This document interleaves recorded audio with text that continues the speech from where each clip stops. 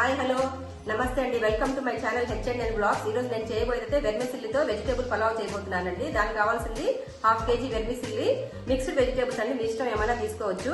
2 tomatoes, 2 green chillies, masala దినుసులు, గరం మసాలా దినుసులు, 2 onions, కొత్తిమీర, పుదీనా, కొంచెం గరం మసాలా, అల్లం వెల్లుల్లి పేస్ట్, కొంచెం ఘీ తీసుకున్నాను నేను, తగినంత ఉప్పు, పసుపు, కారం.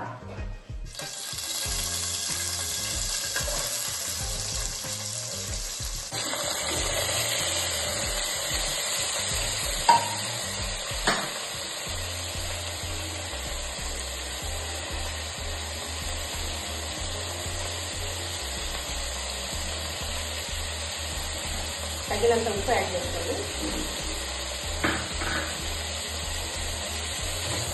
వెల్లుల్లి పేస్ట్ యాడ్ చేసుకుందామండి.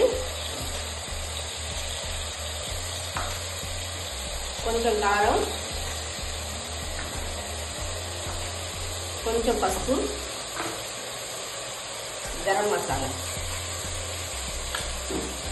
వెజిటేబుల్స్ కొని కొంచెం మూత వేసి పెట్టేసుకుందామండి.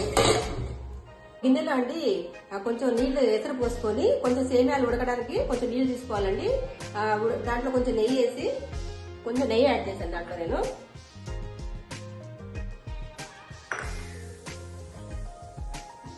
అనండి కొంచెం అల్లం వెల్లుల్లి పేస్ట్ యాడ్ చేసుకోవాలి. సేమ్ బిర్యానీ పద్ధతేనండి, సేమ్ బిర్యానీ లాగే చేయాలి. తీసుకుందామండి. ఉప్పు చూసి వేసుకోండి, ఎందుకంటే దీంట్లో కూడా వేసి మళ్ళీ వెజిటేబుల్స్ లో కూడా వేస్తే ఎక్కువ అయిపోతుంది. జాగ్రత్తగా చూసి వేసుకోండి. యాడ్ చేసుకుందామండి. సేమియాలు 3/4 దాకా ఉడికిపోయాయండి. ఏం లేక దాంట్లో ఫిల్టర్ చేసేసి నీళ్ళంతా తీసేసి వెజిటేబుల్స్ లో వేసేసాను అంతే.